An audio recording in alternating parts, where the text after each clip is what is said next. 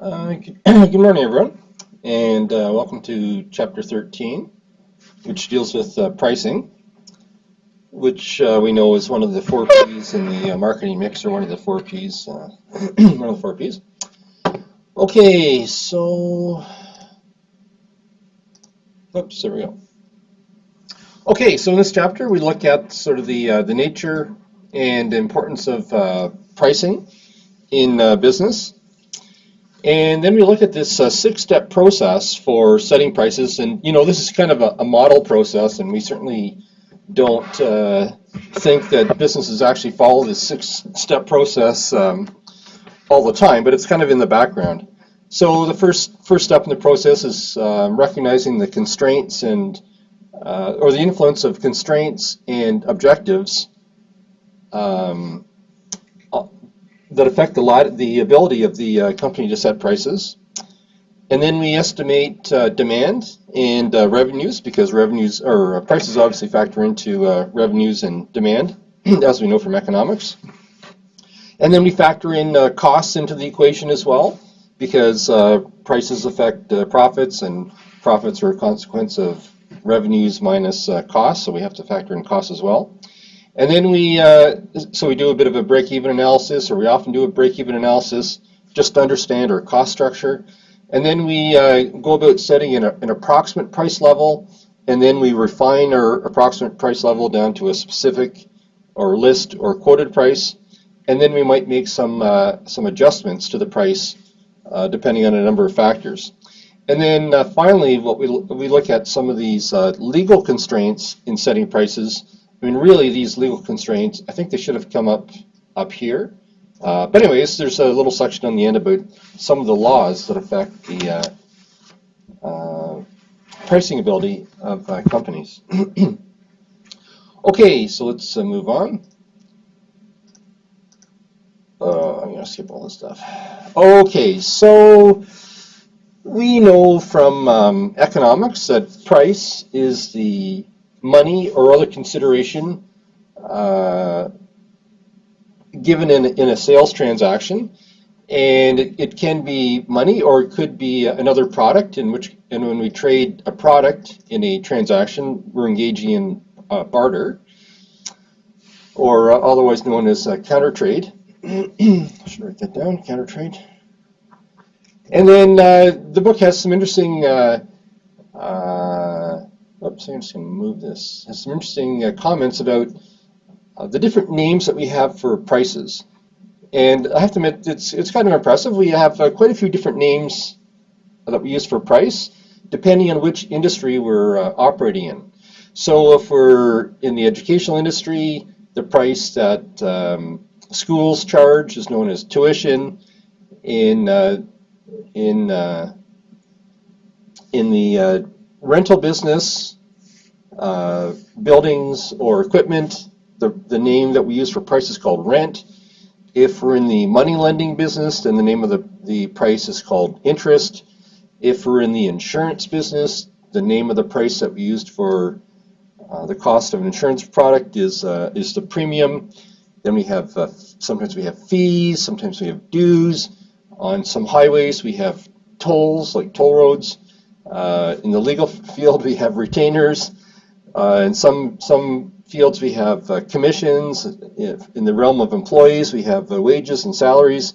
And of course sometimes we just use the word price as well. So we have many different names to mean price. Okay, so interestingly, price can indicate value in two different and two opposite ways. Value is defined as the ratio of benefits to the price, and that ratio of benefits to price can either be positive, or it can either have a positive connotation or it can have a negative connotation. So sometimes we think that a high ratio of benefits to price is positive, so we think we're getting a good deal on something.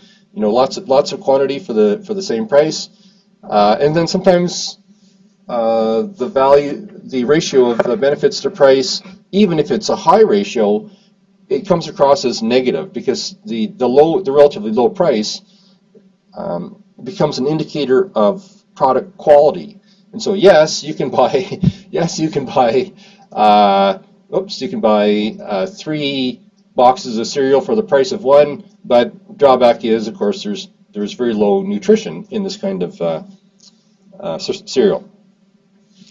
Okay, so we know that price is part of the marketing mix. It's one of the 4 P's of marketing, and price factors directly into profits in 3 different ways. So we know that the profit equation equals its total revenue minus total costs equals net income or profit or whatever we want to call it. And prices factor into net income in 3 different ways. There's kind of a direct effect.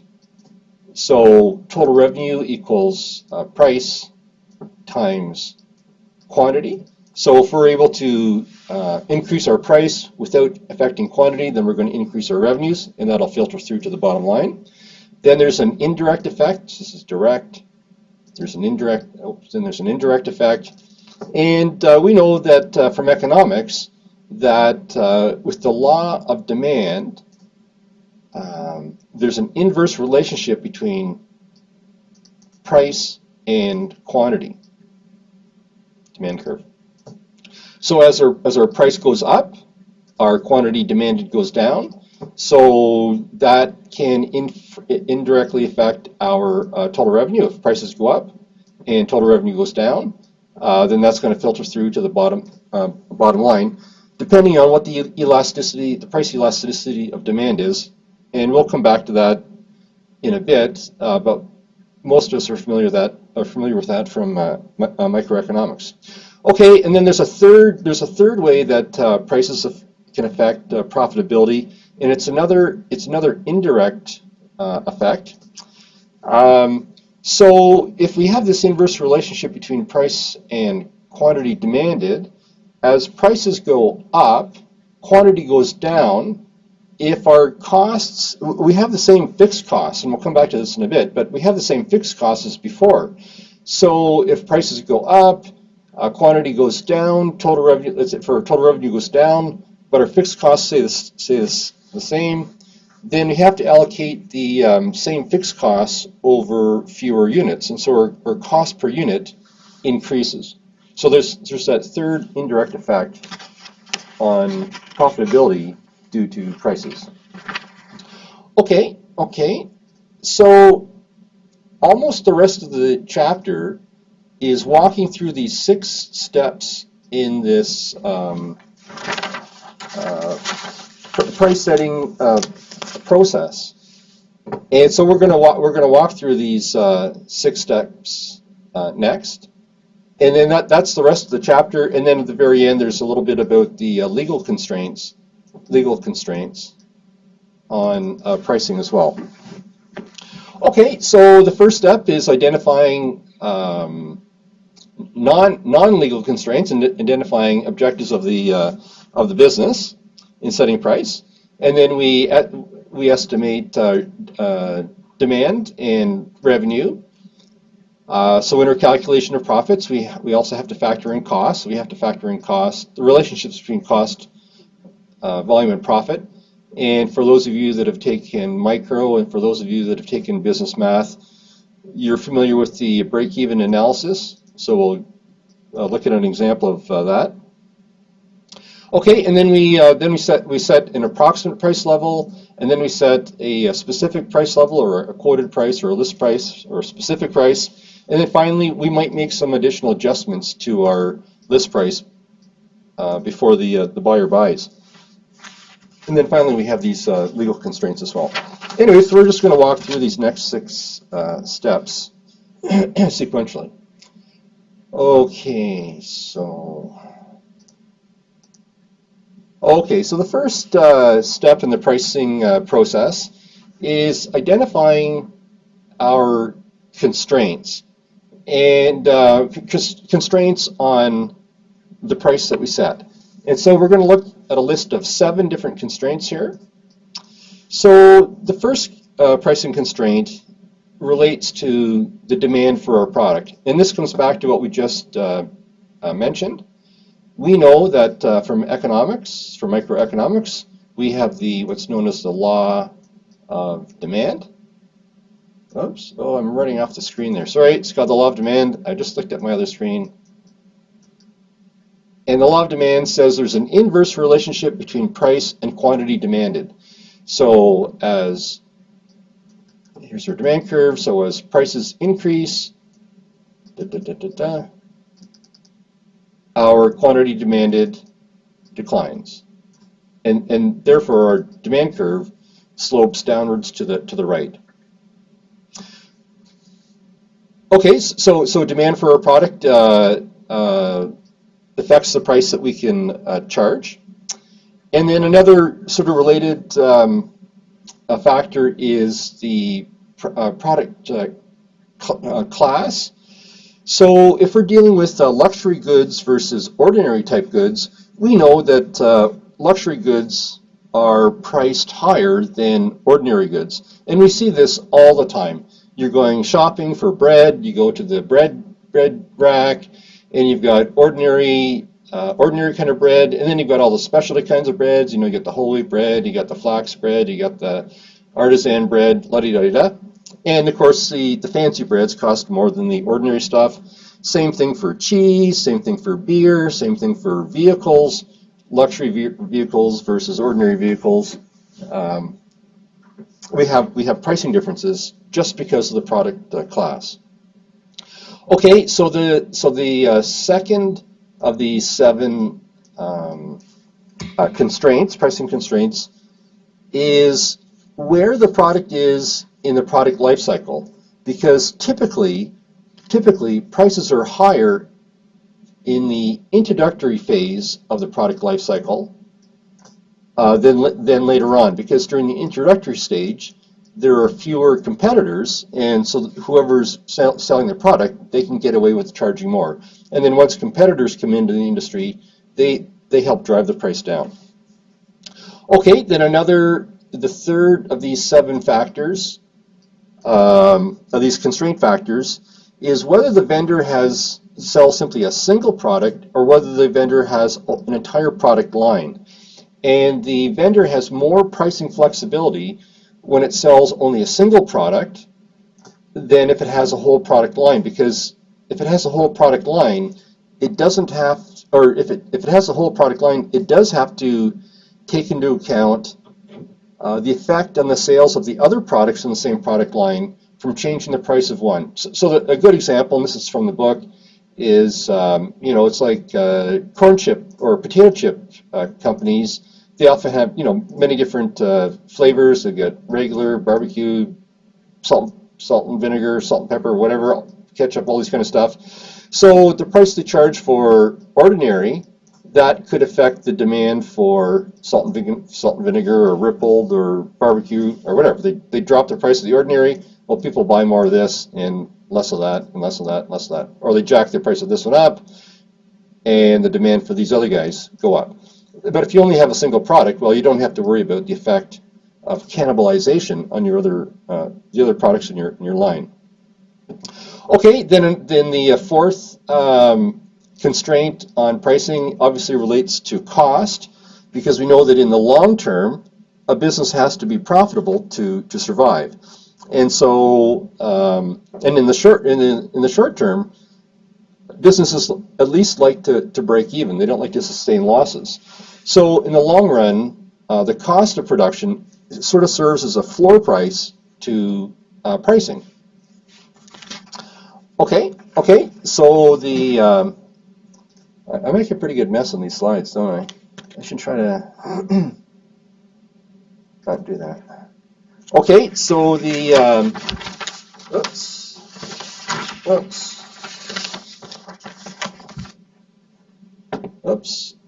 go back here.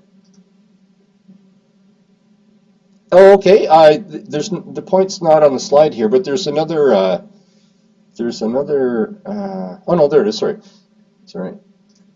Okay, so the fifth of these 7 pricing constraints is the cost to the vendor to change price tags.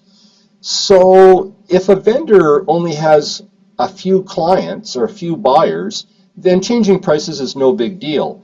But if the vendor has many customers and it has to change prices on its products, then it's obviously going to take more time to communicate those price changes to all the clients.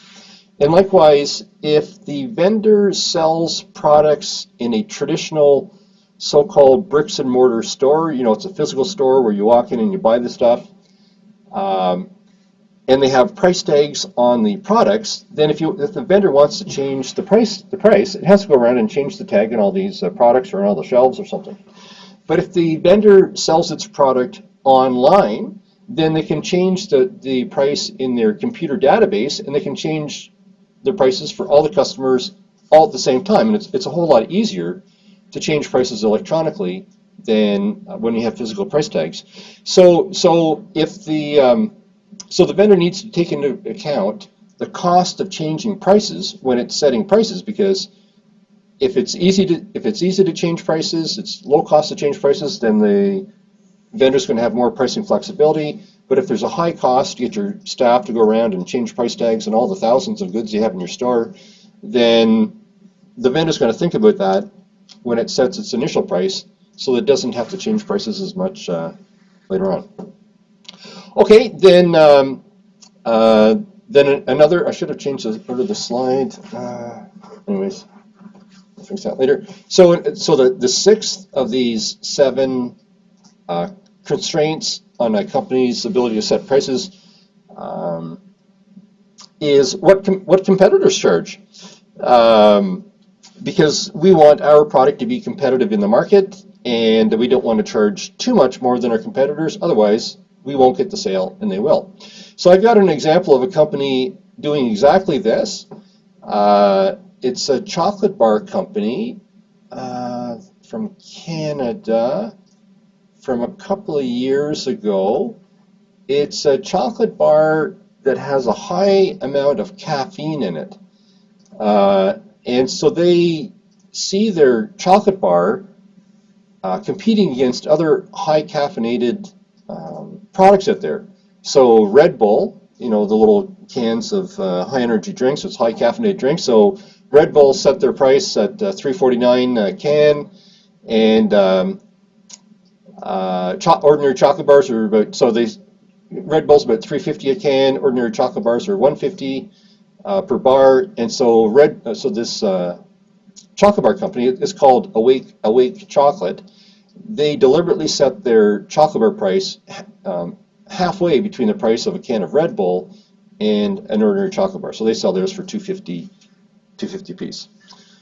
Okay, and then the seventh constraint on pricing flexibility is the type of economic industry the business operates in. And for those students who have taken microeconomics, we know economists like to classify industries into 4 industry types. It's different than the marketing approach to industries, but anyways, this is the way economists look at things. We have pure monopoly at one extreme, oligopoly, monopolistic competition, and then pure competition at the other extreme. And I'm just going to click on here. Okay, so depending on what kind of industry, economic industry we operate in, that might also affect our pricing flexibility. So if we are a monopolist, there's a single vendor in the industry, and there's no substitute products, there's very little advertising for the products, and there's no pricing competition because there's no other vendors out there.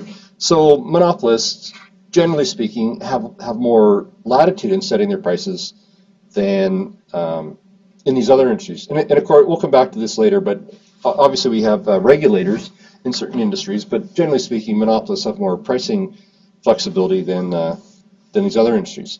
Okay, and then we have oligopoly. So an oligopoly is where we have several large vendors in the industry, and there's different degrees of product differentiation. So good examples of oligopolistic industries, I would say, are the banking industry in Canada. We have 5 or 6 big banks. The airline industry, we only have a couple of big airline companies, Air Canada and WestJet. There's a bunch of smaller ones, but those are the kind of the big guys. So we start seeing, with oligopoly, we start seeing some product differentiation.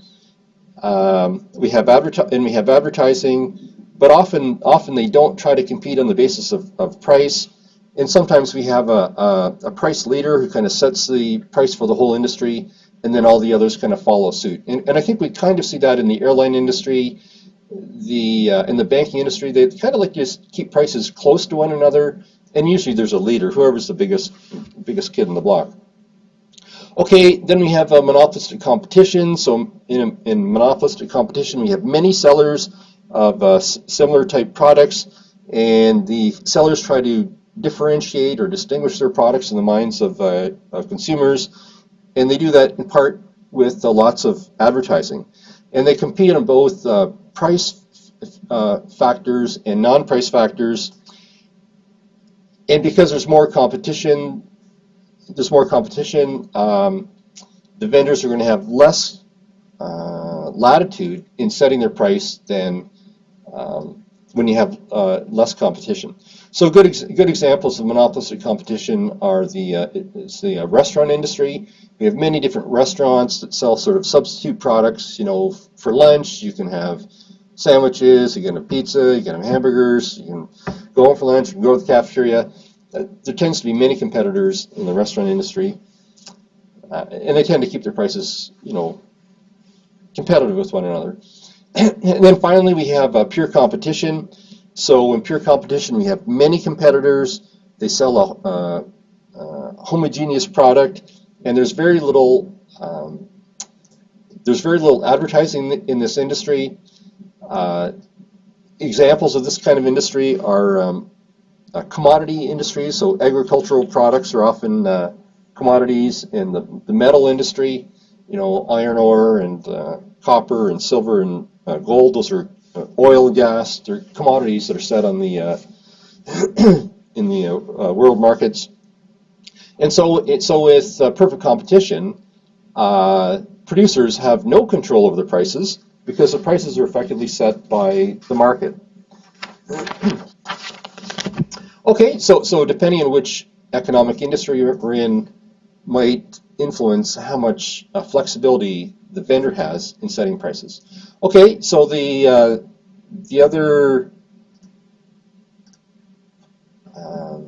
initial component in setting prices is the objectives of the vendor, because what objectives the vendor has will also influence what price it's going to set for its products. So we have six of these operating objectives, or 6 types of operating objectives that can influence prices. So the first one is I'm going to call them profit-related objectives, and there's 3 of them. And we'll come back to this a little bit later in the chapter, but when vendors set their prices, they keep an eye on their long-term profits. They might have to keep an eye on their long-term profits. They might also keep an eye on their short-term profits, and they might also keep an eye on their, we're going to call it their return objectives.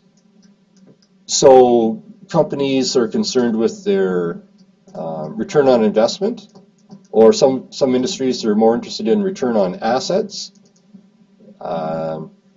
So depending on what their return on assets or the return on investment goals are, or their profit margin goals, that'll influence what prices they set as well. Okay, and in some industries, some companies set sales objectives in absolute dollar terms. So a company says, "Hey, in the month of May, I want to have sales of $25,000. That's my target, $25,000 in sales." And using a sales target. So that's if you have a sales target of $25,000 in sales, well, you're going to have to play around with what price you can charge because the price is going to affect the quantity that you sell, quantity demanded. And these sales targets in absolute dollar terms is often used for marketing managers because it's an easier target for marketing managers to shoot towards rather than a more complex objective like return on investment or return on assets, because you need to get your accountants to go through and crunch all these numbers. But if you just have an absolute dollar term sales objective, that's easy for marketing managers to focus on. Okay, then a third pricing objective, or third objective that can influence prices is market share. This is the third of 6. So market share, this is the percentage of sales in an industry that a particular company has. And this is typically used in mature industries. So for example, this is common in the beer industry. So for example, in Canada today, Molson's, and each of Molson's and Labatt's, they each have about 45% market share. So we can see these companies, we can see Molson saying, hey, you know, by the end of the year, we want to increase our market share to 46%, and we can see Labatt saying, hey, we want to increase our market share to 47%, and so these market share becomes a target, and so these targets are going to influence what prices we're going to charge, because market share is based on, it can be based on either units or it can be based on revenues.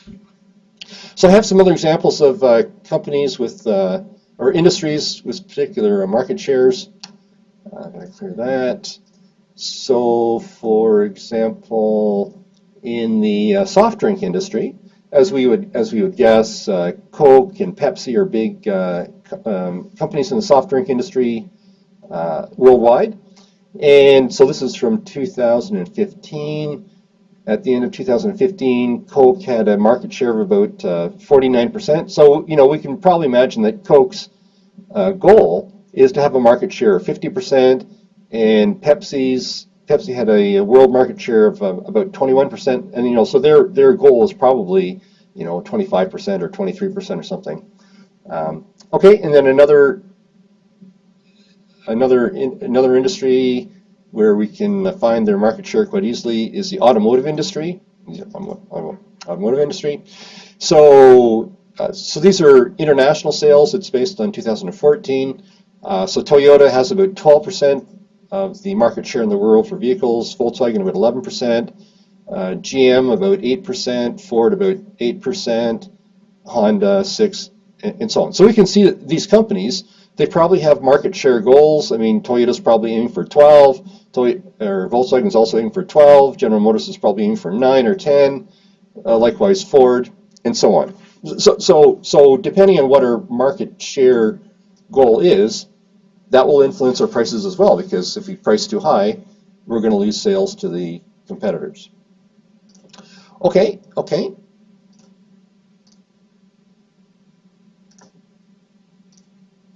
Okay, so our fourth of these 6 pricing objectives might be unit volume. So maybe in the automotive industry, you know, our goal is, you know, we're Ford, our goal is to sell 2.5 million vehicles next year. So they have instead of having a market share target in dollar terms, they have a target in terms of how many units they want to sell. Okay, then sometimes companies, one of their objectives in difficult industry times, it's simply to survive. So they set their price to cover all of their variable costs just so they can survive till tomorrow, and maybe tomorrow or down the road the industry will turn around and then they can start making profits. So this is quite common in cyclical industries like oil and gas, like lumber industry, where industry times we go through these boom and busts. They often go into survival mode, and so that also affects their pricing. Okay, and then finally, Some companies have a sense of social responsibility that kind of filters into their pricing as well. And so we have two extremes here. We can have companies setting a low price, and I think there's an example in the book of a medical supply company setting a low price so that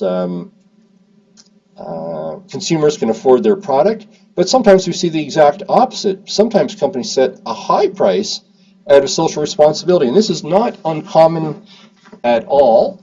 And so I have an example here just so you'll recognize it, because I know that you're familiar. I know that you're familiar with it, or you're probably familiar with it, I should say.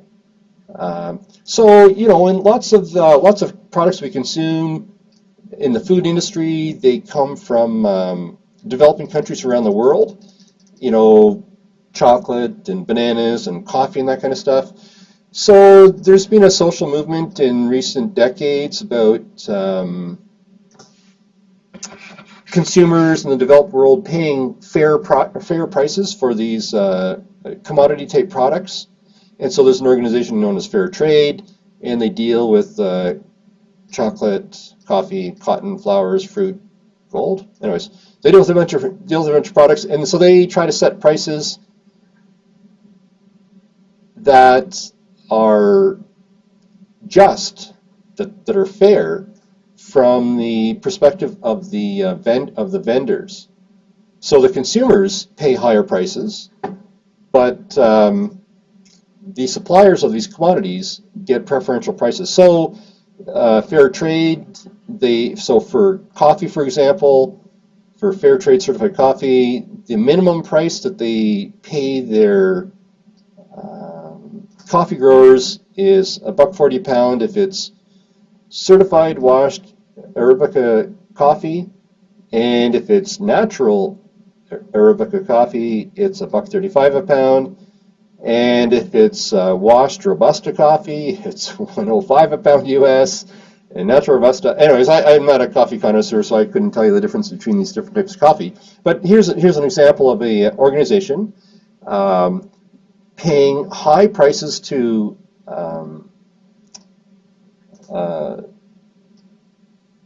product producers, and they pass those high prices on to the consumers as well. And it's because they're trying to be socially responsible to the producers rather than to the end consumer. Anyway, so that social responsibility can kind of cut both ways with both high prices and low prices. Okay.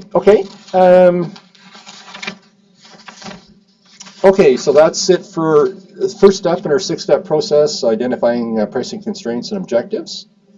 And the next step in this 6-step process is estimating demand and revenue. And we know that there are both price and non-price factors that can influence demand. So we know from microeconomics that we have the law of demand. I've said this 3 times already, but we know that there's a law of demand, and there's an inverse relationship between price and quantity demanded. As price goes up, quantity demanded goes down, or if price goes down, quantity demanded goes up. So that prevails for the most part. That's the law of demand. Okay. So we have some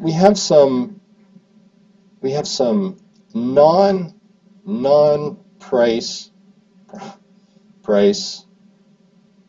influences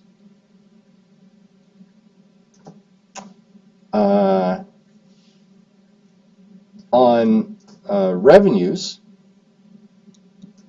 due to the effect on prices from a changing demand. So remember from economics, what I'm going to do here is I'm going to draw a supply curve, and I'm going to call this demand curve number 1, and I'm going to call this demand curve number 2. So we know from economics there are non-price factors that can influence the demand curve. And so if the demand for a product shifts out, what's going to happen to our price? And our supply curve stays the same. What's going to happen to our price? Our price is going to increase from P1 to P2. Oh, and I'm scribbling off the side of my screen. Ah, geez. Sorry, didn't mean to do that. Sorry, I was on the wrong side of my screen here. Anyway, so we have a demand curve number 1. We have demand curve number 2. We have a supply curve.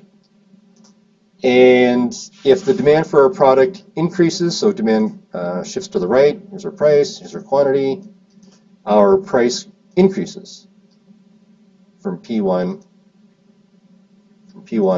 to P2. So if our price increases, well, that's going to have an impact on our revenue. And so there are lots of factors that can affect the demand for a product.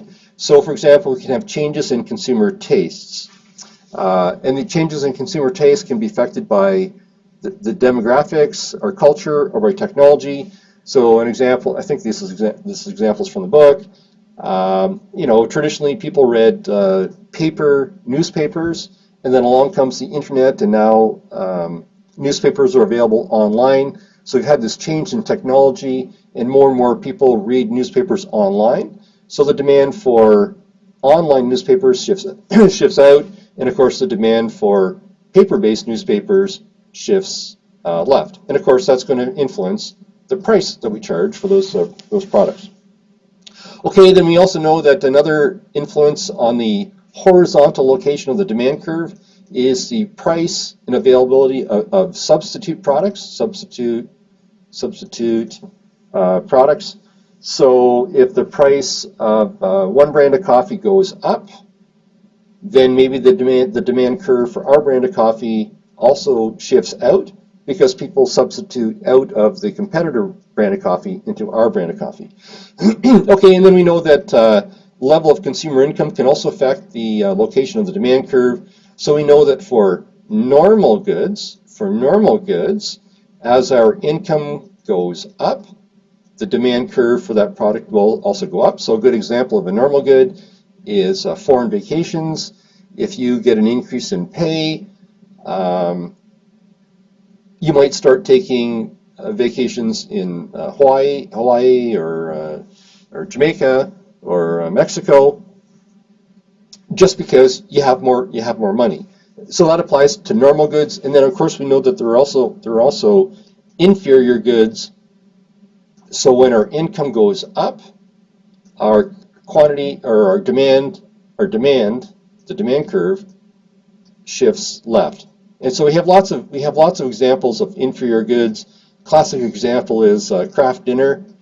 As your income goes up, if you're a student, you're poor, you probably eat lots of Kraft Dinner.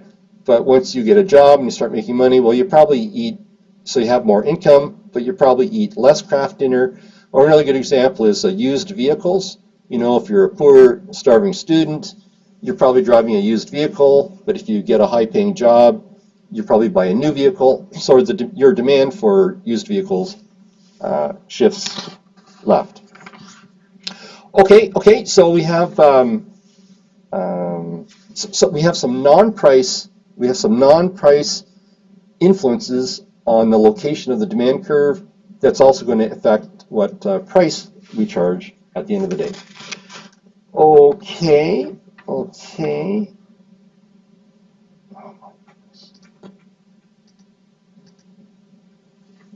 Okay, and then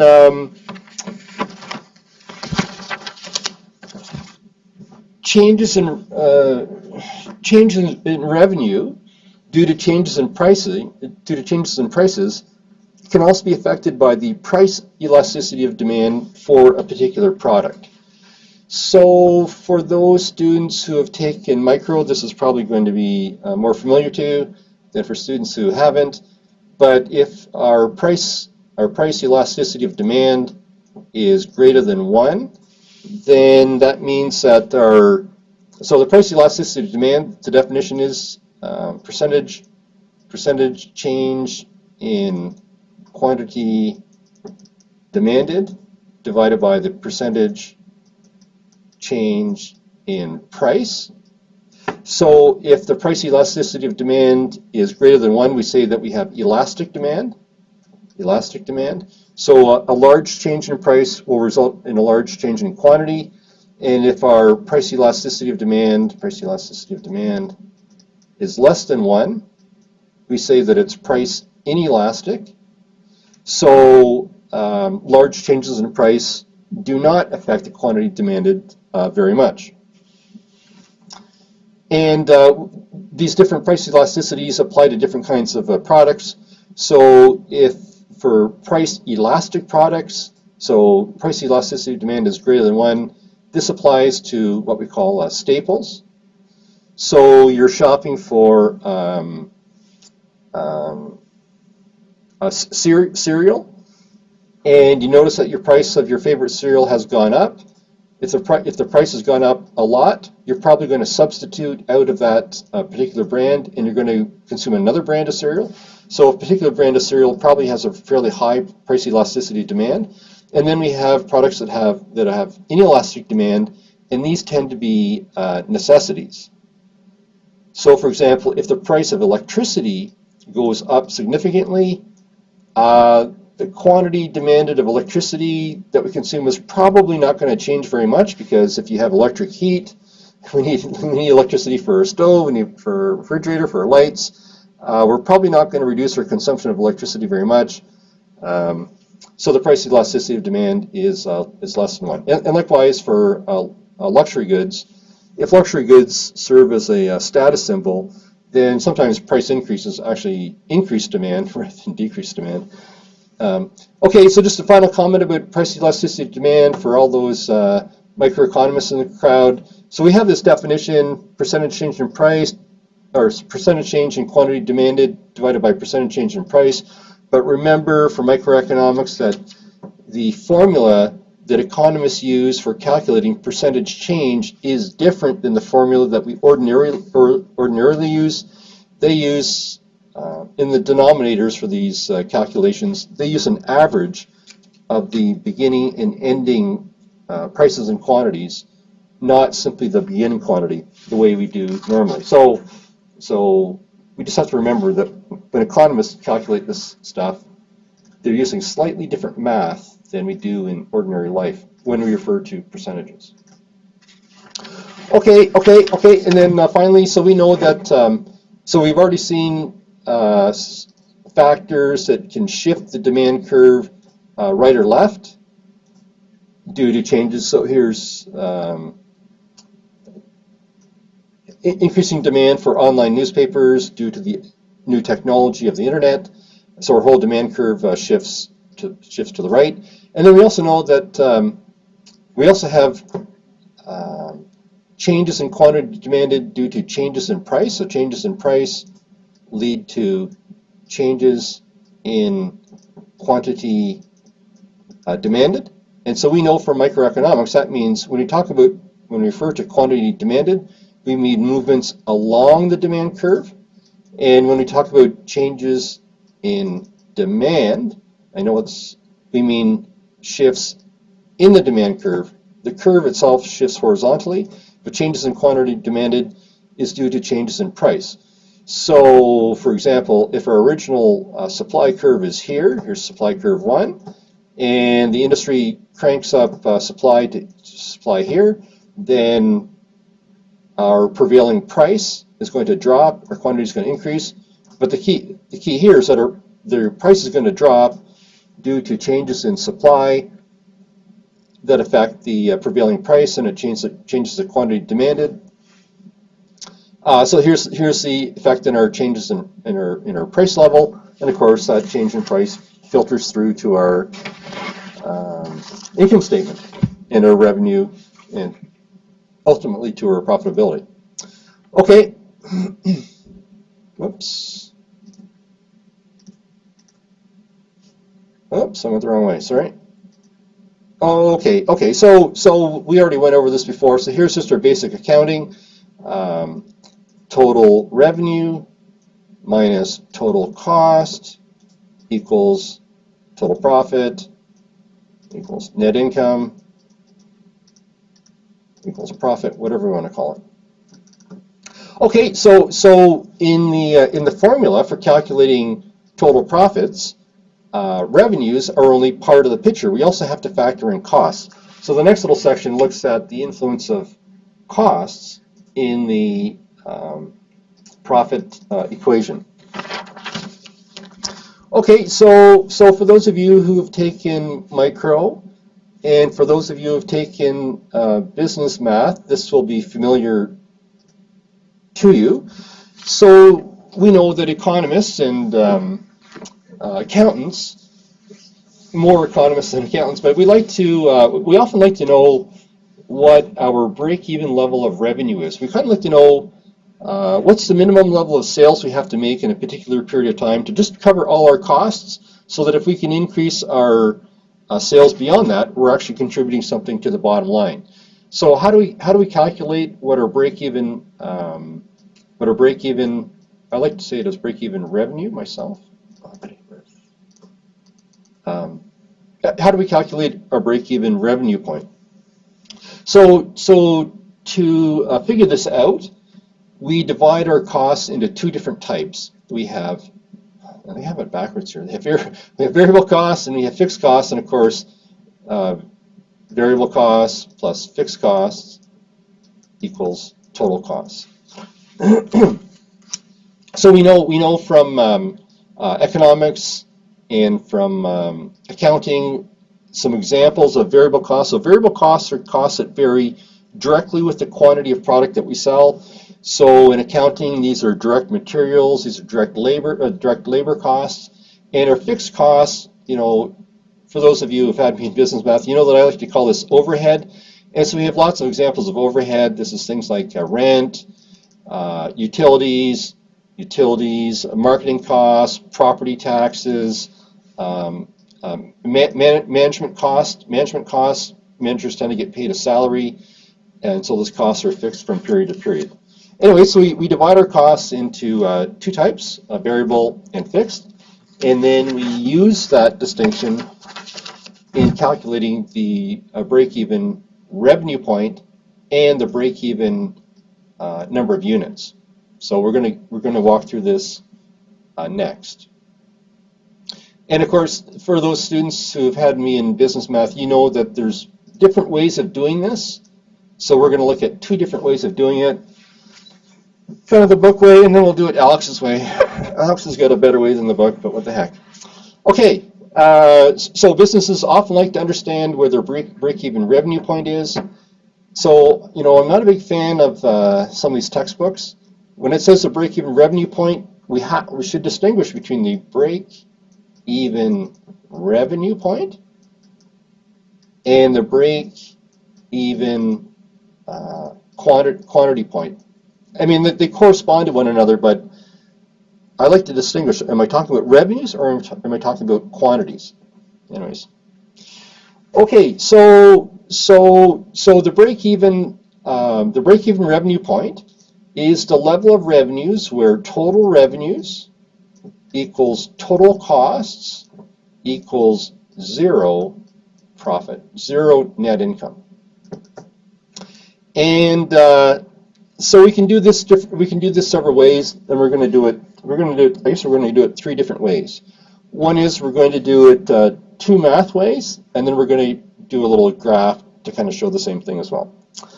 Okay, so we're going to show an example using one of these math ways. So let's just move on to the next slide. This is technique number one. Okay, this is technique number one to calculate break even. So we have a data table here. So we have we're selling pitchers. Here's our quantity sold. Here's our price that we charge per pitcher. So our total revenue is simply going to be A, B. So total revenue is going to equal C, and C equals A times B. Our variable cost, there's variable cost per unit. And of course, I don't like, anyway, so here's a variable cost, here's our total cost.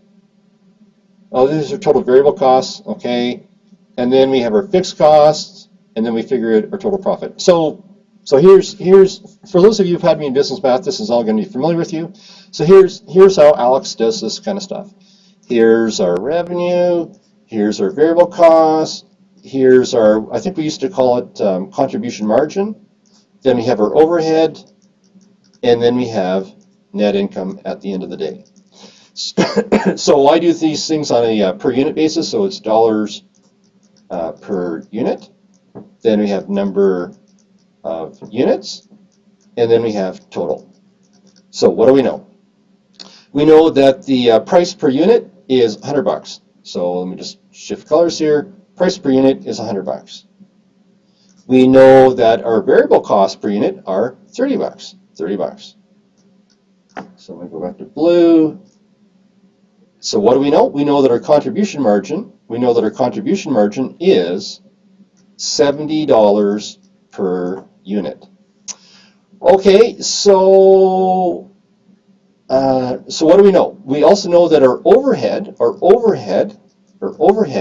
is $28,000 per year. So our overhead in my little diagram here is going to go $28,000 per year. And we're trying to calculate the break-even revenue point. We want to calculate what is the dollar, how many sales equals break-even revenue. So what do we know? At break-even, net income is 0. So what does that mean? It means that our contribution margin also has to equal $28,000 per year, because 28, our contribution margin minus overhead equals net income.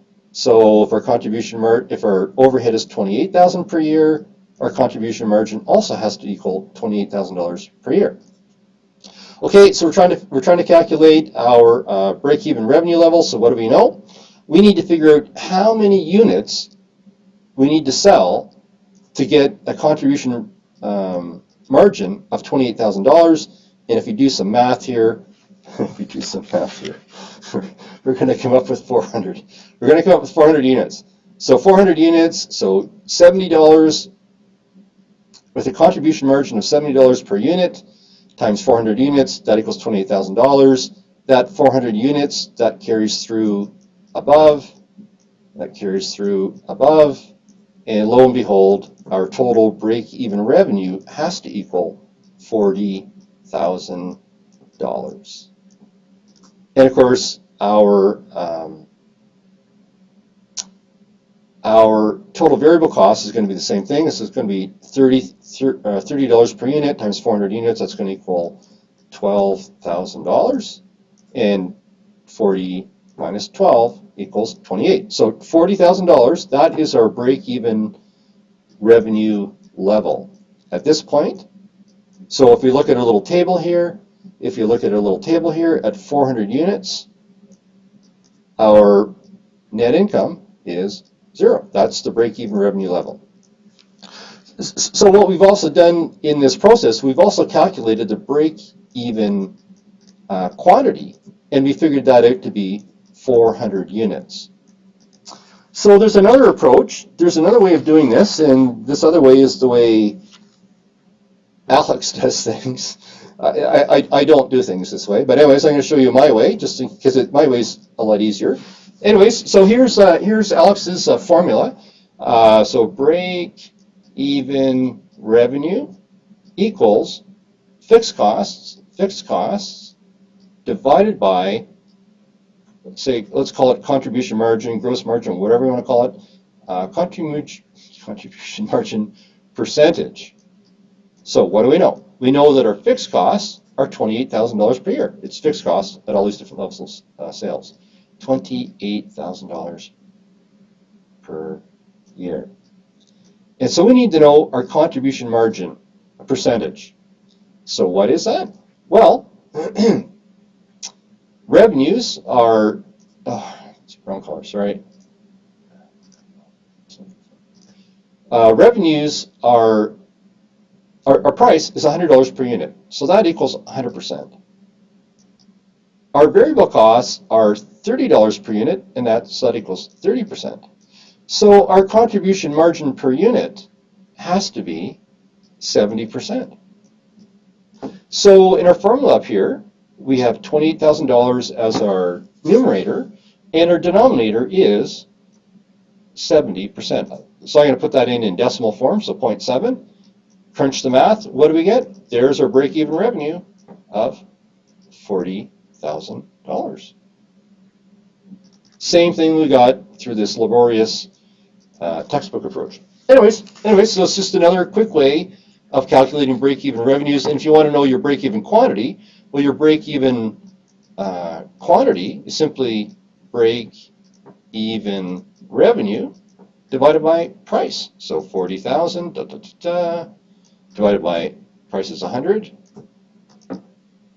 Lo and behold, we get 400 units. Anyways, that's Alex's approach. It's easier to remember. It's easier for me to remember than all that other gobbledygook stuff. Okay, so we have our third approach. And the third approach is simply taking the data from this data table and plotting it in graph form. And I can almost assure you that nobody actually does it this way, except textbooks. Anyways, there's nothing wrong with doing things this way because it's often easier for our brains to understand things in graphical form. So what do? We set up a little chart here. We've got quantity of product on the x-axis, on the y-axis. On the y-axis we have dollars. So here we plot our fixed costs. We said our fixed costs were $28,000 per year. So we draw, here's our little line here at 28. It doesn't look like 28, but that's 28. And then we plot our variable costs, which were $30 a unit. So $30 a unit times number of units. There's our variable cost. There's our variable cost line. Sorry, they don't have our variable cost line here. Oh, I see. The variable cost line looks like this. I see. The variable cost line looks like this, and then to get our total costs, we add fixed plus variable, and so that this is our total cost line. This is our total cost line. This line here, and here's our revenue line. So $100 a unit times number of units, and so we can easily see the break-even revenue point. They don't have this chart. I should have changed the chart. They don't have it lined up properly. It should say 40,000 units right there, corresponding to. I got to make a note of that. Just notice it now. It doesn't add up. Oh dear, it's a textbook. What do you expect? Anyway, so we can read off our break-even quantity and our break-even revenue. This should say $40,000 right there. This should say. Yeah, their scale's a little bit off. Anyways, the point is we can understand our break-even level revenues and figure out the relationship between cost, volume, and profit, because here's the profit, difference between revenue and total cost, difference between these two lines. We can understand all that graphically. Okay, so the next little section looks at the next step in the pricing process is setting an approximate price level. And we have just no end of stuff here. So we have 4 different approaches to setting an approximate price level. We have demand-oriented approaches, we have cost-oriented approaches, we have profit-oriented approaches, and we have competition-oriented approaches. And we're going to walk through all 4 of these approaches right now. And there's even more. Anyways, so there's obviously quite a few different approaches here, 4 general types, and then all these specific ones. And there's more specific ones than are shown in the book, but that's okay. Oops. Okay, there we go. Oops.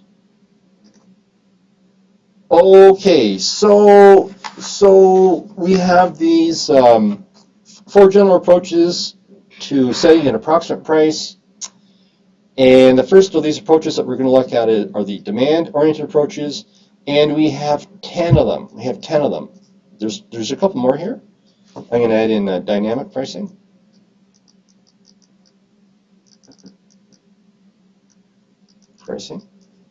And I'm going to add in price gouging. Okay, so let's walk through these. Okay, so one way we can set an approximate price for our product is through price skimming. And so price skimming is setting a very high price when customers are insensitive to our price. And so we saw this, I can't remember which chapter it was in, I think it was chapter 7, when we were talking about the product life cycle. Sometimes when new products come into the market and you don't have very many competitors, and the vendors have had to undertake a lot of research and development, they try to recover those research and development costs early on in the price and the product life cycle, and they do that by practicing price skimming, which is setting a very high price. So I've got a fun little example of price skimming. It's a product. I'm just going to try to show it to you. It's a product that's not quite on the market right today, but we expect it on the market. We expected it last year, actually. But anyways, it's a space tourism. So we know that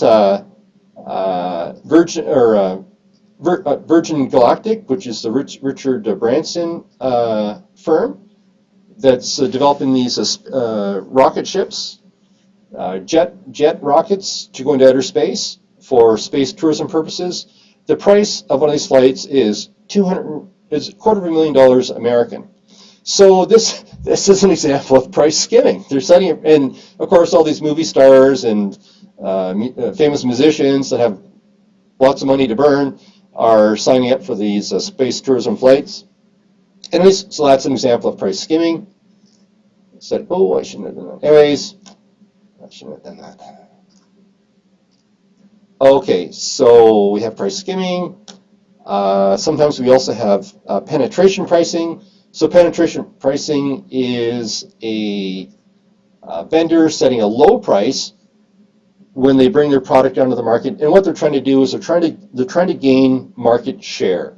If you're the new kid in the block and there are already some established competitors out there, maybe one way to get noticed in the marketplace is by charging a really low price. Okay, then we also have prestige pricing. So this is often used for luxury goods. So it's setting a very high price as an indication of quality or status. I don't have any slide examples, but we've all seen this. We've all seen examples of this. You know, every now and then you'll see some news article about a lady's purse that costs something like $8,000, or you might see advertisements for those Omega watches, and those Omega watches still cost anywhere between, you know, $3,000 to $30,000 to $300,000 plus American.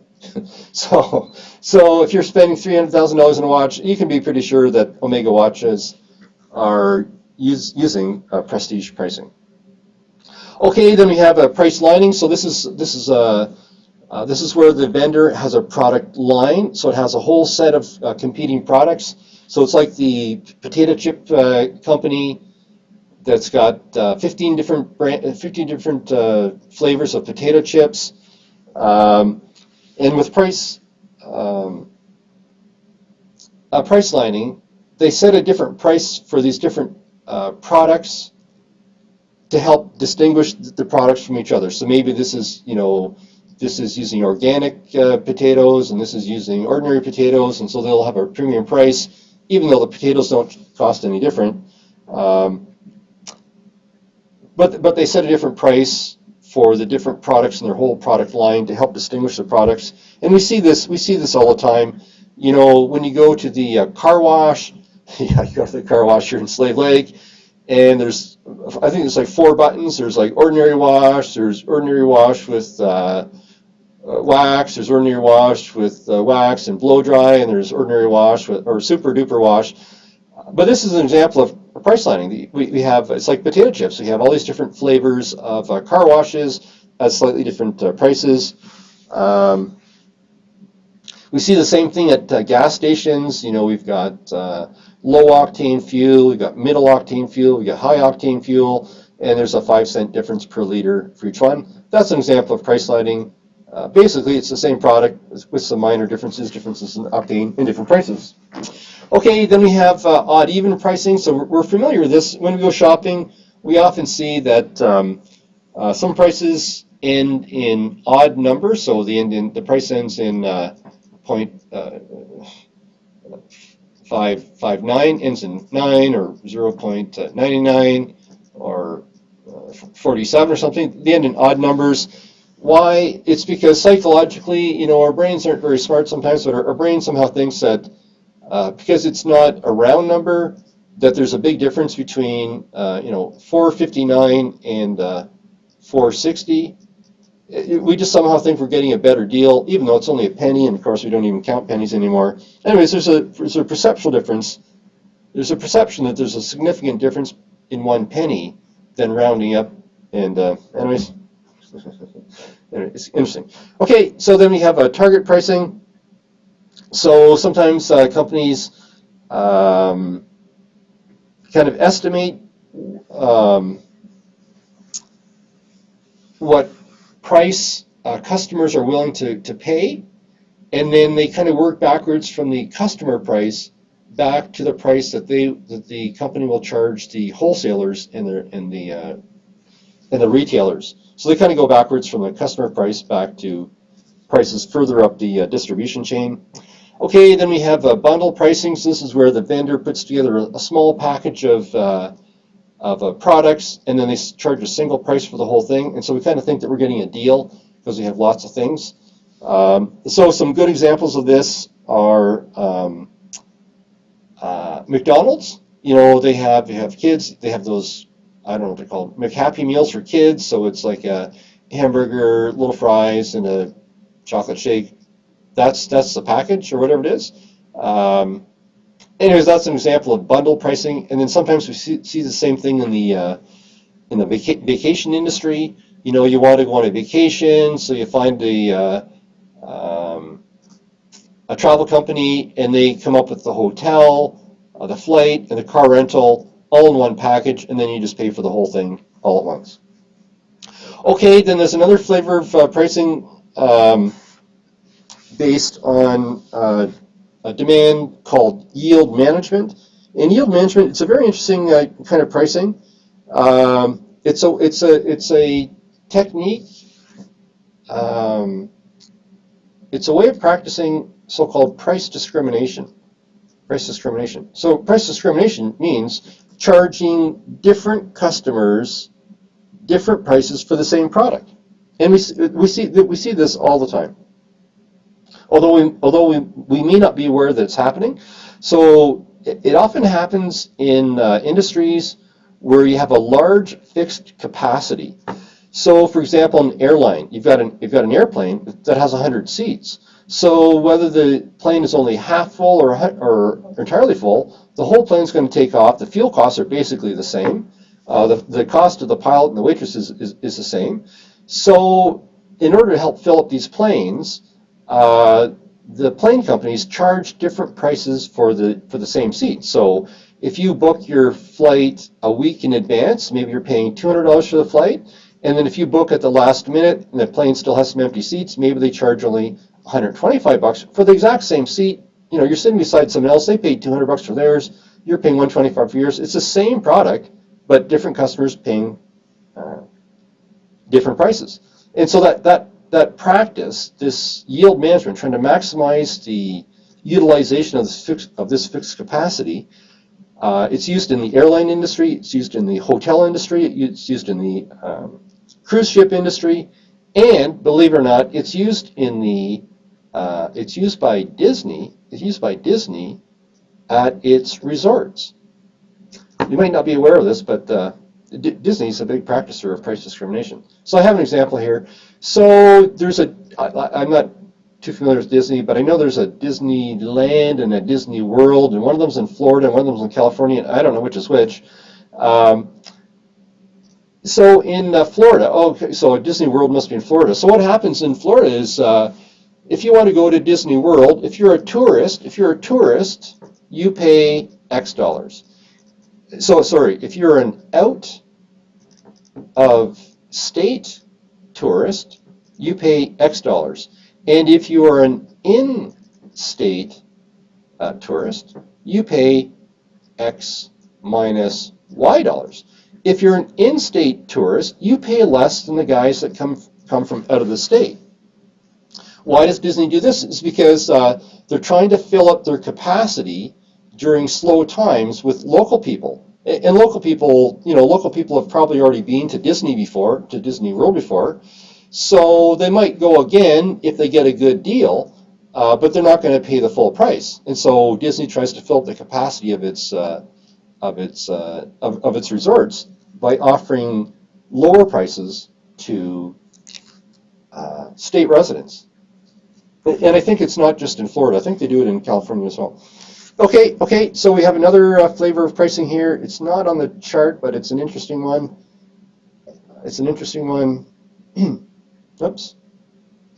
It's not really in the book, I don't think. That's okay. It's called dynamic pricing. Dynamic. So it's another form of price discrimination. It's kind of like yield management, but not exactly. It's charging different prices to different people for the same product, so basically the same product, but due to other factors. So dynamic pricing is used in, actually in this case, it's actually an example of yield pricing. It's used by sporting arenas. So baseball stadiums, there's 3 baseball games in the week. There's one on Monday, there's one on Wednesday, and then there's one on Friday, and there's one on Saturday. So there's 4 per week. And they charge different prices for the seats at different times of the week. Again, they're trying to fill up capacity, even though it's basically the same game. Or they charge different prices for the game depending on who the competition is. Do the other teams have famous players? Is there intense rivalry between competing teams? Is that going to draw more people out? So they charge different prices based on different game conditions. So probably the best example of dynamic pricing is used by the American, I want to say it's a luxury taxi company, but they're not. It's a ride-sharing company called Uber. Uber is notorious for using a form of dynamic pricing called surge pricing. So what surge pricing means is, during ordinary times, the price is here. And if there's something that causes a shortage of cabs in the city, then the price goes up by maybe 5 times or 10 times the price that you would pay during regular hours. And so it's kind of a notorious form of pricing that Uber's famous for, but they have to admit they don't try to cheat anybody. They let people know that it's happening. But you see these articles in the news every now and then about people paying these exorbitant prices for rides through Uber. So it's based on economics. It's based on supply and demand. I mean, they have computers that calculate supply and demand on a real-time basis. But we have these examples of these customers paying, well, I've got it here. So you're paying 7 times the normal rate. So ordinarily you would pay 7 times. So I can't do the math here, but anyways, normally your ride would cost $20. And so if there's a snowstorm in New York City, this is how the notoriety started. Snowstorms in New York City, cabs go off the road. Uber pulls out its fleet of Uber drivers, and the only way they can lure the Uber drivers out is by paying them lots of money.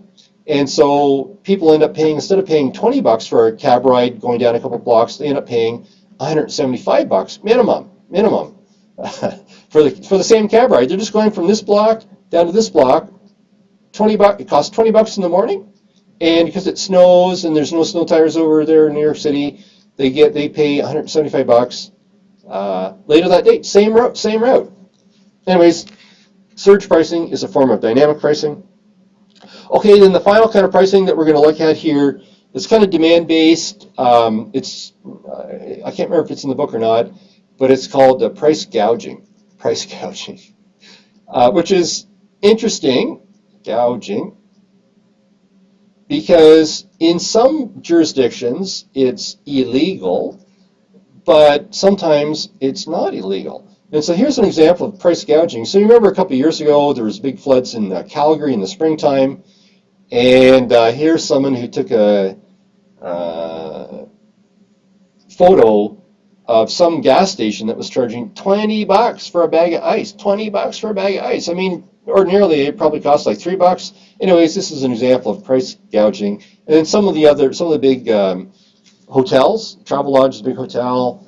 Apparently Home Depot got accused of price gouging. I mean, I think whether it's legal or not depends on the province or the state. I don't, in the United States, the state. I don't think there's a national law. I think price gouging is actually illegal which means jacking up prices during times of emergencies. I think it's actually illegal in Alberta, but I'm not absolutely sure. Anyways, but it doesn't mean that everybody knows what the law is. Okay, so we're looking at these different approaches to setting an approximate price level. So we looked at demand oriented approaches, and then we have cost oriented approaches as well. So the vendor kind of focuses on what their costs are, and then they add something to the cost to get the desired price level. So we have a standard market pricing. So this is practiced by retailers. They buy their supplies from the manufacturers, and then they have a standard markup that they add to their costs. So maybe the markup is 100% or 50% or whatnot. And we have higher markups on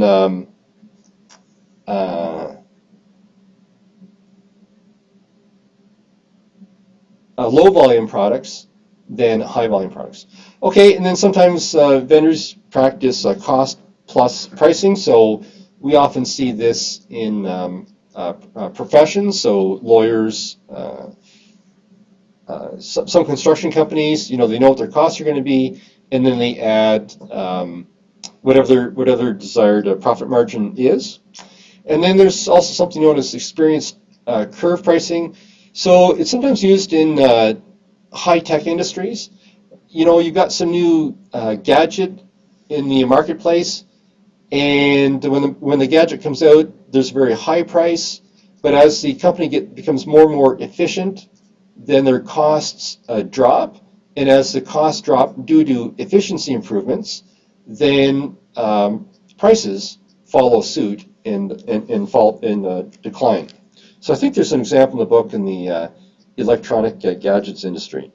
Anyways, we can have experienced curve pricing, which is based on the cost that the producer experiences.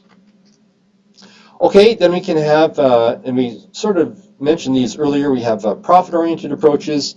So this is the vendor kind of balancing their revenues and costs, trying to achieve a certain desired profit target. So sometimes you can set, we have 3 different flavors of this. We can set an absolute dollar value target. I want to make $5,000 next month. What am I going to do? What am I going to have to do to my prices to make sure I hit that target? Some companies use a return on sales. So this is like a profit margin.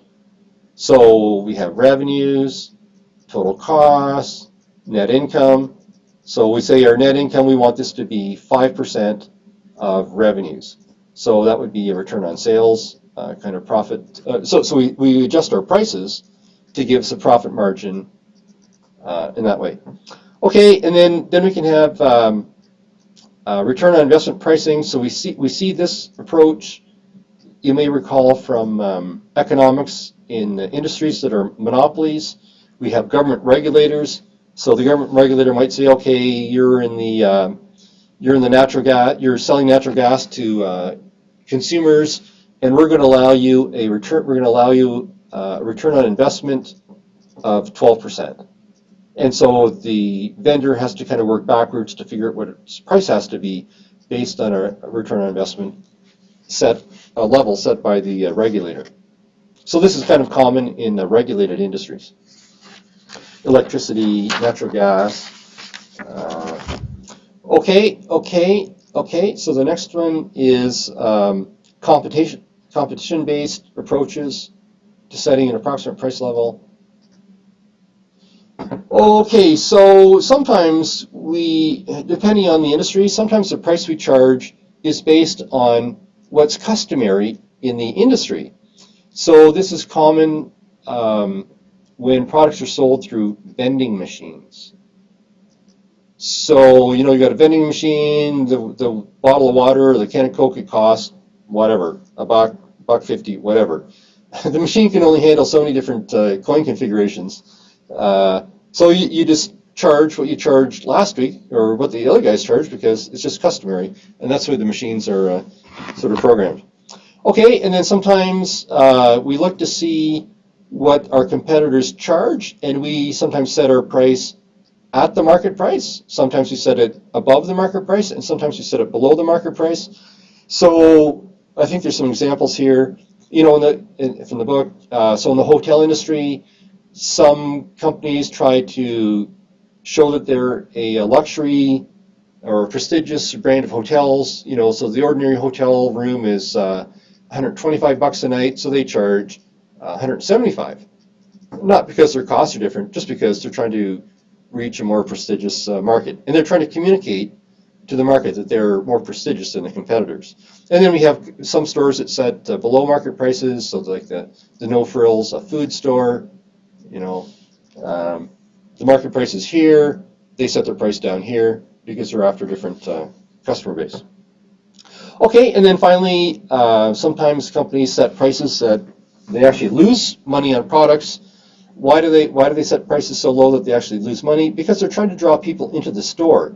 Yes, we're selling bread for 99 cents a loaf, but they know that once they get us in the store, we're going to do the rest of our food shopping there, and so they're going to make up the losses on bread on all the other products that we buy that day.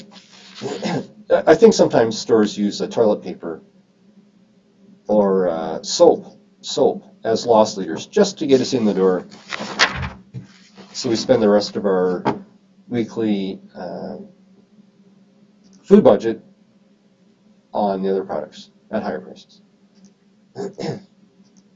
Okay, so Walmart's kind of an example of Walmart's an example of a below market price strategy. I think their slogan is, there it is right there. I think it's low prices every day. That's their slogan. Okay, a little example here. So where are Cracker Jack prices? Well, here's the market price. There's Cracker Jack. Cracker Jack's trying to show that they're a premium snack food. I guess that's what you're trying to show. Okay, so in this step, we set an approximate price level, and then we refine our approach, and then we set a specific price, or a list price, or a quoted price, all the same stuff. Okay, so we have three approaches. To so we take our approximate price level, and then we try to refine it a bit more, and we have three approaches. So one is we can either set one price that everybody pays, or maybe we have different prices. It's kind of like price discrimination, but it's based on some other factors. So we either have one price that everybody pays, or we can negotiate the price depending on who the customers are. So the book's example of a one-price store are these dollar stores. So I think in Canada there is a dollar store, and I think there's a Dollarama, and then in the United States I think it's called Dollar Tree, and I believe Dollar Tree has also moved into Canada. And then a couple years ago, you students probably don't remember this, but a number of years ago, General Motors had a vehicle that went by the name of Saturn. Saturn. It was a Saturn brand. And they had fixed prices. So when you went to buy a Saturn, the price was $20,000. Doesn't matter who you were, how many you were buying. It all cost us. Everyone paid the same price. No negotiating allowed. And then some companies use flexible pricing where different customers pay different amounts. And I think the example in the book is Yellow Pages. They charge different companies different amounts for space in Yellow Pages. And this is kind of a form of yield management that's used by the airlines, the hotels, and whatnot. Okay, then another factor that we can use to set our specific list price. There may be some company, customer, or competitive effects. So we've already seen some example of company effects. If you have a product line, so you have not just one product, but you have a number of products that compete against one another. Maybe the price you set, maybe you're trying to maximize your profits for the product line as a whole rather than for any particular product. So that's what product line pricing is. You try to maximize the profits of the whole product line. There can be some customer effects. So example in the book is with private label brands. So best example of private label brands in Canada is President's Choice cookies or President's Choice names. It's a Loblaws brand. They know that if they set the price of these private label brands too low, if they set the price more than 20 to 25% below the price of the name brands, then people start perceiving the product to be of inferior quality. But if the price is just a little bit lower than the craft brands, then people think it's still high quality. So that's an effect on customer, their perception of quality based on the price. Okay, and then another factor is whether or not our price the effect the price might have on our competitors. Occasionally we have these price wars where prices kind of spiral downwards because different competitors are trying to maintain or increase their market share, and so they slice prices. Sometimes you see that in the airline industry, and sometimes you'll see it in the retail gas industry, although we don't see it in the retail gas industry much anymore, but sometimes, you've got a city and there's a gas station in every corner. There's a gas station in every corner, and they have a little price war just amongst themselves. Okay, and then the book kind of mentions that both companies and customers can use social media comments to influence their pricing as well. So it may be that the company kind of listens to its customers on Facebook or Twitter to see if customers are receptive to a price increase, or sometimes companies mail coupons to customers via social media, and so the coupon reduces the price. And some companies use the social media for customer service, and then customers can also use the internet and social media for price comparisons purposes. Okay. Oops. Oh, okay. So there's Dollarama. Oh, that's the Canadian store. That's the Canadian store. But there's the Dollar Store and the Dollar Tree in the United States, and then this little diagram. This is a company. So Tostitos. This is their product line. It's all. Oh, geez. I think it's all Frito-Lay. So Frito-Lay is Pepsi. Pepsi owns Frito-Lay. So here's the Tostitos or the Frito-Lay line of products in corn chips. Okay. So the final step in our pricing process is once we've established our list price or quoted price, we still might make some further price adjustments based on discounts, allowances, or geographical adjustments. So we have 4 different types of discounts. We have we're all familiar with the quantity discounts. You know, you buy a can of soup for $1.50, but you buy a dozen soups. You buy the whole case of soup for $12 kind of thing. So the more you buy, the less you pay per unit. Sometimes vendors use seasonal discounts.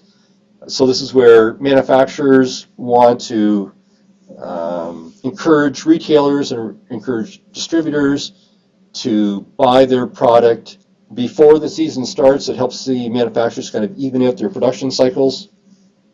So seasonal discounts are often offered to distributors and retailers by manufacturers. We have trade discounts. So this is where the manufacturers and wholesalers give pricing discounts to retailers to help the retailers pay for the advertisements of the company's products. And then finally we have cash discounts. So we saw this in math class. This is where the vendor offers a lower price to the buyer if they pay the price within a certain period of time. So we have payment terms, something like that, 2, 15, net 30. So if the customer pays within 15 days, they get a 2% discount. And if they don't pay within 15 days, then the total bill is due within 30 days, and they have to pay the full amount, no discount allowed. And we saw that in math class.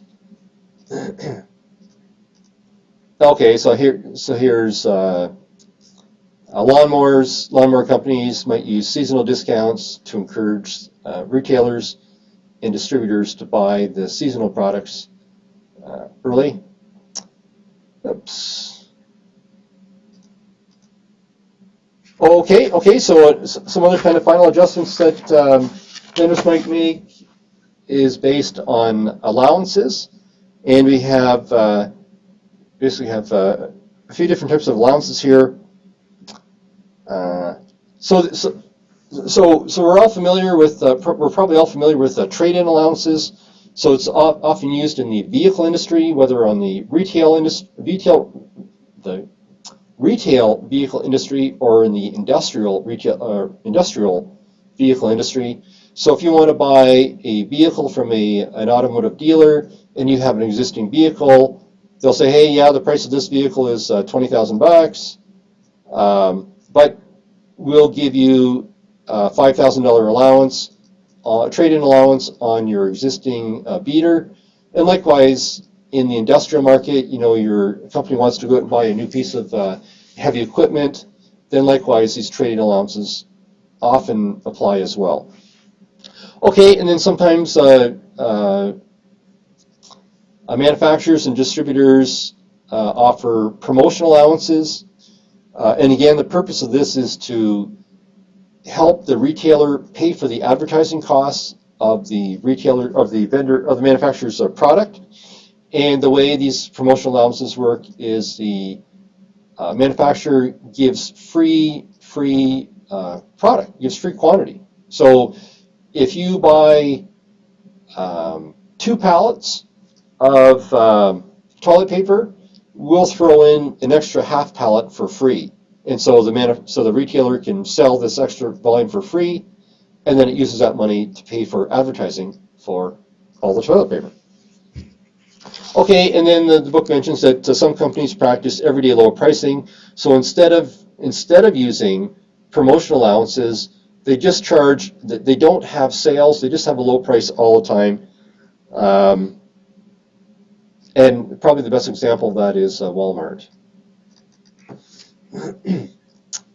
Okay, and then the third kind of final adjustment that vendors can make is based on geographical allowances. So if the product that you're selling or you're buying has to be transported long distances, shipping costs are going to be a factor in what your costs are and how much money you're going to make. So vendors and buyers can kind of negotiate which party is going to bear the cost of the transportation. And so a couple approaches are using FOB, origin prices or origin pricing. So FOB means free on board. So this means that the vendor picks up the cost of transportation to a certain point in the distribution system. So the vendor bears the cost up to this point, and then the buyer bears the transportation cost from that point on. So it might be, the vendor bears the cost to the rail yard when the products are loaded on the train, or it could be to like a warehousing depot in the vendor's community. So they can kind of play around with which party is going to bear the cost of transportation, depending on where in the transportation system, or up until which point the vendor pays the transportation costs and the buyer pays the rest. And then sometimes manufacturers use uniform delivered pricing, which means that they promise all the buyers the same price. So the manufacturer picks up all the transportation costs to the retailer's location, and that way the manufacturer can use national advertising all at the same price. So this is sometimes used in the automotive industry. General Motors wants to advertise that, hey, their new vehicles that cost $24,000 across Canada. How do they do that? Well, through uniform delivered pricing. So whether the autos are produced in Ontario, whether they're sold in Newfoundland or whether they're sold in the Yukon, all the customers are going to pay the same price because they're using that uniform delivered pricing. Okay, so the very final section of this chapter deals with some additional constraints, but these constraints are more legal constraints rather than industry constraints. And we'll look at some of these legal constraints in law class as well. Okay, so in Canada, we have some national legislation governing business practices, and the national legislation is called the Competition Act. It's federal legislation that covers the entire country, and the Competition Act makes certain types of pricing illegal.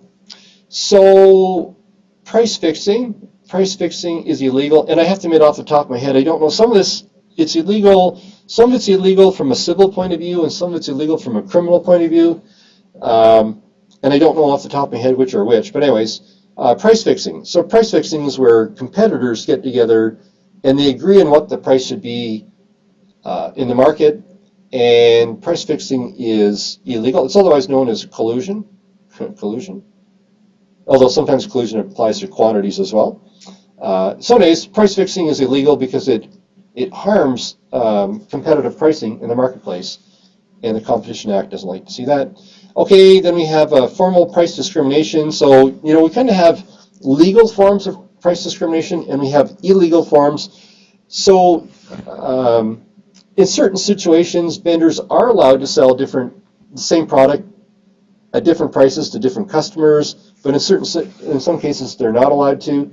So if a vendor wants to offer a promotion allowance to retailers, it has to offer that same promotional allowance to all retailers on the same basis. I mean, it may be that it'll offer a better allowance to a large vendor versus a small vendor, but the allowance is proportional. As long as the allowance is proportional, it's legal, but when it's disproportional, it's illegal. Okay, so another, deceptive pricing. Well, we're going to come up to that in just a minute here. A predatory pricing. So predatory pricing is where the vendor sets a price that's intended to drive the competition out of business. And I have an example of this. So Walmart today does not have any stores in Germany. They used to have some stores in Germany, but they were charged and convicted of predatory pricing in Germany, and so they shut down all their stores. They shut down all their German stores because of that. So it was a number of years ago. over a decade ago, but here's the article. Heidrick & Quirk induced Walmart of predatory pricing. This is back in 2003. Walmart's below-cost pricing undermines competition, violates the country's antitrust acts. Walmart, a couple of the large supermarkets were selling goods below cost. Oh, so there's some milk, butter, vegetable oil below cost. It was adversely affecting small businesses. And so predatory pricing, even in Canada, is illegal, but I gather Canadian authorities have not found Walmart to practice predatory pricing. Okay, then another form of illegal pricing is delivered pricing. So delivered pricing is the vendor not using the same delivery cost pricing mechanisms for different retailers. So if General Motors is going to pick up the cost of delivery of vehicles to automotive dealerships in Alberta, then they have to do the same for the other provinces as well. They can't kind of discriminate, or they can't discriminate against different retailers in the same community based on their delivered pricing practices. Okay, and then the final one is deceptive pricing. That I should move that to the next page. Is deceptive pricing. There's a number of prohibited deceptive pricing practices in the Competition Act. And again, we might come back to this in law class. So there's bait and switch, and I do recall bait and switch. Bait and switch, believe it or not, so this is where they advertise one price, and you get to the store, and they don't have any more of that product in stock, but oh, by the way, they happen to have some more expensive, similar product. So it's kind of like false advertising. Bait and switch, believe it or not, blatant switch is only a civil offense under the Competition Act. I would think it would be criminal, but it's only civil. Okay, then we have bargains, conditional, and other purchases. So this is where you see a deal. It's 2 for 1. Buy one, get one free. So buy one, get one free. That is only legal if the first item is sold at the regular price. They can't jack the price of the first one up and then use the second, and then give you the second one with the first one subsidizing the first. The first one has to be offered at the original price. And then sometimes you see comparison prices. Our prices are lower than the other guy across the street. Well, if you're going to compare your price to someone else's, then the other guy, there has to be some evidence that the other guy actually charged the price that you're using in your comparison. And then we have comparisons with suggested prices. So we're probably familiar with manufacturer suggested retail price. So manufacturers suggest a price that the retailers should charge. So if you're going to advertise your products on the basis of, or hey, our price is lower than the manufacturer suggested retail price, then there actually has to be some proof that the product was actually sold in your community at that manufacturer's suggested retail price. Okay, and then finally, kind of the same way, if you're going to compare today's price with yesterday's price has to be legit. I mean, if you said, hey, today's prices are half price of yesterday, well, you actually had to have some sales at yesterday's higher prices to make that comparison. Something tells me that not all companies do this properly. Anyways, okay, so that's it for Chapter 13. Next week it's, we're off to retailing. Oh, okay, retailing is kind of an interesting topic as well. Anyways, so that's it for Chapter 13 pricing, and we'll see you back for the next chapter later on.